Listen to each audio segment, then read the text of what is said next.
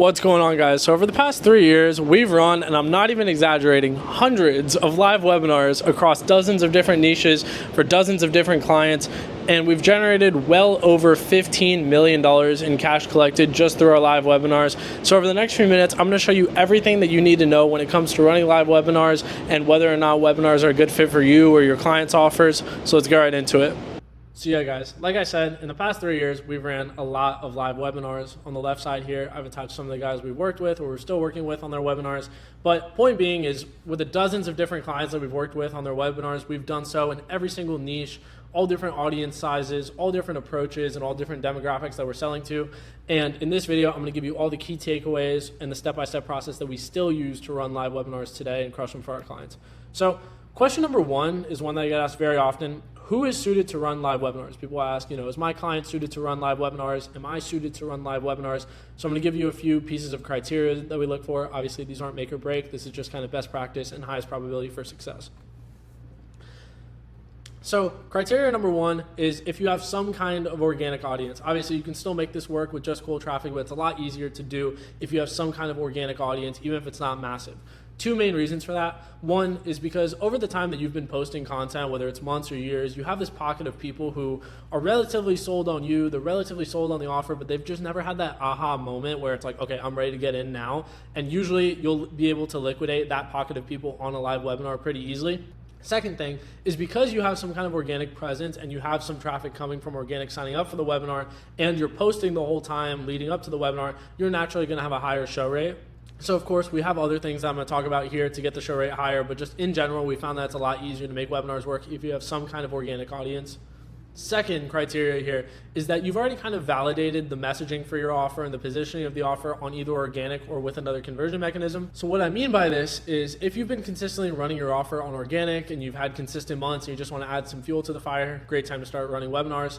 Or if you've been consistently running paid traffic to something like a call funnel, you've built up an email list, but you've consistently had some kind of data as to what works and what doesn't work for your offer specifically, and you can roll that into your first webinar, that's a great starting point. Third thing is, if the offer owner is good on camera, charismatic, and doing a webinar is kind of leaning into their strengths, obviously, a big part of conversion rates on webinars is just how convincing is your pitch, how good is your tonality, how good is your energy. So if you're someone that's like super monotone, you've never been good on camera, it's probably not a great idea to get into webinars. But if you're someone who has a really good camera presence, you've consistently been posting content for a long time, and you feel like you can make a really convincing pitch in a live one-to-many setting, great idea for you to start running webinars. So question number two that I commonly get asked is, when does it start making sense to run webinars? So at the bare minimum, for all the time and effort that you're going to put in, you want to be confident that you're going to get bare minimum 300 to 500 registrants. So you can kind of gauge that by how many story views you get or how big is your email list, things like that. But anything less than 300 to 500, you're going to have less than 100 people in the room. And unless you have a really high ticket B2B offer or something like that, it's probably not really worth your time. Second thing is, if you've already found a solid footing with other funnels, kind of like I said before, and you just want to amplify, it's a great time to start running webinars. Another thing to mention is, like, running a webinar isn't going to save you. Like, if your offer is a complete mess on organic or with your call funnel, just switching to a new funnel in most cases isn't going to change things. And then question number three is, what can I expect when it comes to running live webinars? So I just want to give completely honest expectations if you've never ran a webinar before. So webinars are extremely effective when done properly, but extremely messy when done wrong. There's a lot of moving parts, as you're going to kind of see, and all it takes is one pretty bad mess up to kind of nuke the entire webinar. So it's very important that you have everything done with a lot of attention to detail and a lot of focus. So the second thing is, depending on your situation, expect diminishing returns. So those first few webinars are really key. So from an organic perspective, if you have a big organic following, those first few webinars are going to be really important for you and probably going to have a lot of potential revenue to be collected there. So you want to be sure that everything is done properly. And then when it comes to the frequency of you running webinars, we've found that just because a webinar works, it doesn't necessarily mean it makes sense to run it every single week or twice a week. So what I mean on the diminishing return side is, especially if you're on organic, you might only be able to be doing them once every other week or once a month. When it comes to paid traffic, it's a little bit of a different conversation, but even then, most of our guys are running webinars bi-weekly. And then number three is, your sales team is generally going to love these leads compared to standard lead flow, which can be a good and a bad thing. So what we found in the past is, like, we had a client who for the longest time, they only had a call funnel. And when we first started running webinars, these guys specifically had really big organic followings. they were like, oh my God, these leads are so much better. We felt like everything for the past few months has just kind of been window shoppers, but these guys are so high intent, etc. But now the sales team kind of has this bias that it's like, okay, this is how a good lead is. So then when you start giving them colder leads, like from ads on a call funnel, they're gonna be like, oh my God, these are so much harder to close than the webinar leads. So that's why I say it's kind of a good and bad thing. In general, in the short term, it's a good thing. When it comes to a long-term perspective, you need to give your sales team the perspective that not every lead is going to be as easy to close as like an organic webinar lead. That's like as easy as it gets. So the next thing I want to cover is what are the biggest levers to ensure that you crush live webinars. So obviously these aren't in specific order. I just want to give you a few. Obviously I could give you a bunch of these. Number one is that the angle and the positioning of the webinar is congruent with your ICP, and that's going to be apparent by looking at the sign-up rate. So what I mean by that is when you're doing a live webinar, all you're essentially selling front-facing is a 60 to 90-minute block of time, and you can position that however you want. So that might sound confusing, but let me explain what I mean. So I have a client right now who's an advanced sales trainer, and he's very heavy in the sales niche, as in like a lot of his audience are salespeople. So what I mean by that is instead of just doing a webinar where it's like, okay, here's how you reach X number in commissions per month, we could do a webinar, for example, where it's extremely heavy on objection handling. And we position the webinar specifically around that. And we might find that that gets a way better sign-up rate front facing because of the positioning of it. So you can take this 60 to 90 minute block of time and technically teach whatever you want on it. And the positioning of it is going to be dependent on how well you know your audience and your ICP. The next thing is that the show rate is absolutely make or break, and this is a really common Achilles heel I see auditing other people's webinars, so you need to follow all the best practices I'm going to give you in this video. So let me tell you what I mean. So for example, let's say you're running paid traffic and you're paying $10 per webinar sign up on the front end, but you only have a 20% show rate. That means you're paying $50 for every live attendee in the room, whereas if you got your show rate up from 20% up to 40%, which I'll show you some ways that you might be able to do that, you get your live attendee cost cut in half, which obviously makes a big difference at scale. The third thing is that the script is extremely important to the tune of sometimes you can get a 5% conversion rate on booking calls, and sometimes I've seen as high as 35%. So yes, it matters that much. If you were able to just make optimizations to your script and get the conversion rate up 2 or 3x, obviously you're going to 2 or 3x the output of the entire funnel. The last thing is to be sure that you actually capitalize off of no-shows and people post-webinar. So most people neglect these, and what I mean by this is, let's say you're spending $20,000 on a webinar and you have a show rate of 30%. 70% of the leads that you paid for didn't show up to the webinar. So how are you going to re-engage that 70% of leads that you paid for? Another thing is like actually doing proper post-webinar follow-up, which I'm going to talk about a little bit in a moment. But a lot of people really neglect these two things, and they'll really just try and go hard on the webinar, and they'll neglect everything that happens after the webinar. Okay, so if you've had enough of me yapping, let's get right into the step-by-step process of how this all works from a high level. So first, we'll start on the traffic side. So let's say you have organic and paid traffic that you're running to your webinar. So when it comes to the organic side, we're going to recommend that you start posting and promoting for the webinar around 3 to 5 days before. And you want to post pretty frequently, especially in the couple days leading up to the webinar. And especially if you've never run one before, you can kind of market this as a first time ever live event, etc. We've always found that people with big organic audiences tend to knock it out of the park on their first couple webinars just because it's so new to your audience. So when it comes to the actual cadence of you promoting, I would say if you start promoting 5 days out, you want to post basically every single day leading up to the webinar. And then also you want to be doing email marketing and kind of YouTube videos leading up to that. So we make a big push in those 3 to 5 days leading up to the webinar. When it comes to paid traffic, we're going to start running paid traffic around 7 days out. Obviously, if we have a little bit more of a budget to go through, like if we're spending more than we usually would, maybe I'll do 8 to 10 days out, just so that way I have more time to pivot and launch new ads if needed. The key thing that you want to remember when it comes to promotion is usually it's a sliding scale of the people who sign up closer to the date of the webinar are going to have a higher show rate. So you don't want to go super hard promoting on organic like 20 days out, because by the time the day of the webinar comes, the people who signed up 20 days out aren't even going to remember that they signed up for it. So after you push traffic, you're obviously going to be pushing them to the sign-up page. So on the sign-up page, we're looking for at least a 25% opt-in rate on the page. As you can see the example below, we had a 31% on that, and that was mostly cold traffic, so that was a pretty good sign-up rate for us. So if you're under 25%, you just want to keep split testing pages and split testing headlines until you find something that gets as close to that 25% mark as possible. So like I said, the positioning of the webinar is super crucial. And then also you might want to rebuild the landing page, things like that to get it as close to 25 as possible. Sometimes when we're pushing straight organic to the sign up page, we'll see as high as 50 to 60% sign up, but anything below 25%, I would keep optimizing. And then when it comes to the goals in terms of registrants, like I said, you want 300 to 500 minimum. That's kind of playing small ball. Really, we want to be doing like 10 times that. So on the example we have below, obviously we had almost 4,000 signups for that webinar, and we had almost 1,500 of them show up live. So when it comes to the warm-up process, you want to have omni-channel touch points with everyone who registers for the webinar. So we want to be hitting them with retargeting ads. It's like the Jeremy Haynes hammer them strategy. We also want to be hitting them with at least a couple emails a day that are kind of building a lot of intrigue and anticipation for the webinar. We want to be hitting them with SMS on an almost daily basis, just so that way we have that line of communication already built out, because SMS is super crucial for the show rate, especially on the day of the webinar. And then also we have a couple other things that we're testing right now when it comes to maximizing show rates, and I'll let you guys know about that once we've actually tested them.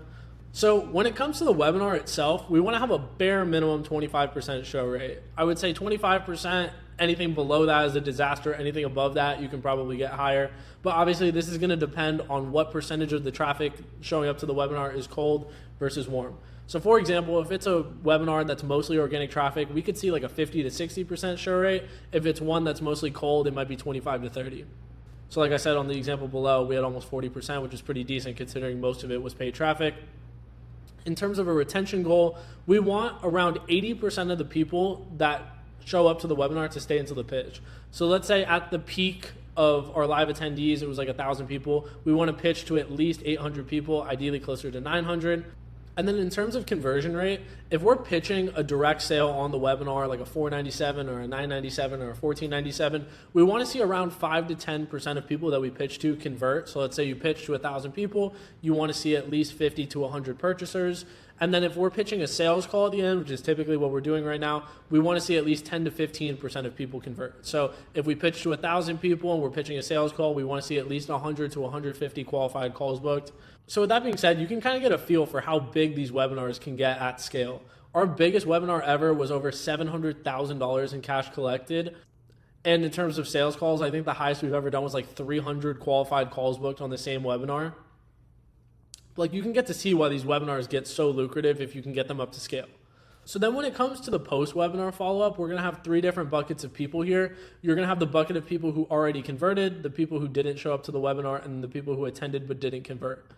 So let's cover all 3 of these. So when it comes to the no-shows, we're going to do email follow-up. That's going to be pretty extensive. We're going to do SMS follow-up. And then we're also going to export a list of all of the people who didn't show up, and we're going to have our sales team and appointment setters call through that. And essentially, you're just going to treat them as a VSL opt-in. Like I said before, a lot of people neglect the no-shows, but it really doesn't make any sense, just because, like I said in the example, you have 1,000 people register for a webinar and 700 of them don't show up, and they've still shown some interest.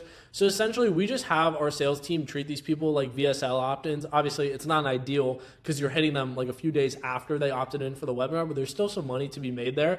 So what I would say, we're shooting for reclaiming an extra 10 to 20% minimum of no-shows. So for example, if we book 100 calls on the webinar, we're going to shoot for 10 to 20 additional calls to come just from the no-shows. When it comes to the people who already converted, so whether that's they booked a call or they bought a program on the webinar, from there they're going to go into the pre-call or ascension process. I can go into more depth about this later, and then obviously we'll convert a bunch of people based off of that. So that's just all the revenue that actually came from the webinar. And then from all the people who attended but didn't convert, this is another really big low-hanging fruit. So we're going to do a similar process here. Extensive email follow-up, SMS follow-up, and then we're going to have the sales team follow-up, and we're looking to reclaim an extra 25 to 50% here. So let's say, for example, we booked 100 calls on the webinar. We're going to shoot for an extra 25 to 50 calls just from the post-webinar follow-up. So like I said, I just want this video to be a bit of an overview, but I want to go into some key principles about running webinars that I've learned. So number 1 is positioning. Like I said before with the example of the advanced sales trainer, the positioning of the webinar is so important. And if you can get your front end costs down and you can get the people on the webinar really bought in on what they're going to learn on the webinar, it's really going to help the entire process. Second thing is congruency. So for example, you want the customer journey to be completely smooth when it comes to what are you telling them they're going to learn in the ads? What are you telling them they're going to learn on the landing page? What are you actually showing on the webinar, and how can you convey that into your pitch? So, for example, if we're doing the objection handling example, I'm just going to run with that. The ads need to be centered around that. The landing page needs to be centered around that. The actual webinar needs to be centered around that. And then we're going to use that part of the webinar as leverage for the actual pitch. Another key principle to lean into is intrigue. So this is really prevalent, I would say, in the pre-webinar process. So during this entire warm-up process, if we can actually build a ton of intrigue around what is on the webinar, it's going to help so much with the show rate and the intent. So for example, we'll have ads and emails where it's like, oh my God, this person showed up to the webinar and 3 months later they were having X result. And you really just want to build this question in the registrant's mind where it's like, what is on this webinar? Like, why is this so good? Why have so many people seen results from this? Why are so many people attending this webinar? All of these things, like, you really want to build intrigue around the webinar as a whole instead of just pitching the business model throughout the entire process. We really want to sell them on the value of the webinar because it's going to help with the show rate and the intent so much. And then the final principle to lean into here is emotion. So I would say for the first time for a lot of these people, showing up to a webinar of yours is going to be the first time where they really allocate like 60 to 90 minutes of mental headspace just to you and your offer. So you can really use this to your advantage because you can really get them to have these aha moments when it comes to their experience on the webinar. And some of these people, this is going to be the pinnacle of, like, they are as sold on the offer as they will ever be when you're pitching on the webinar. So that's one really big thing, especially when it comes to like BizOp, B2C audiences, is you can kind of really use the emotions to your advantage. Obviously, I'm not trying to sound like weird about it, but you really need to sell them and have a very strong pitch on the webinar so that way you maximize the conversions here. But even like, for example, the people who attended didn't convert, we'll kind of do this almost crossroads close, even post-webinar, where it's like, do you remember how much clarity you had about this business? And you probably felt like on this webinar that this is what you were meant to do and you could see the path so clearly. And now it's been a few days, things are kind of starting to dissolve out, and now it's like, are you going to go back to the life that you were living a week ago, or are you actually going to pursue this opportunity that you've seen so many people have success with? Like, since the webinar, we've showed you dozens and dozens of everyday people just like you who are seeing success with this business. Do you want to be one of them, or do you just want to be another guy who showed up to the webinar and never did anything with it? So that's just kind of me going off the dome. But I would say these are a few key principles to lean into that all the best webinars I've ran and best webinars that I've studied have all kind of nailed all four of these things. Obviously, there's more here, but this is just a short list. So yeah, guys, I hope that you found this video valuable. So I hope you guys found this one valuable. Like I said, I've spent countless hours working on webinars, optimizing webinars. So if you guys have any questions, be sure to comment them down below. But if you guys enjoyed this video, please be sure to subscribe, and I look forward to seeing you next time.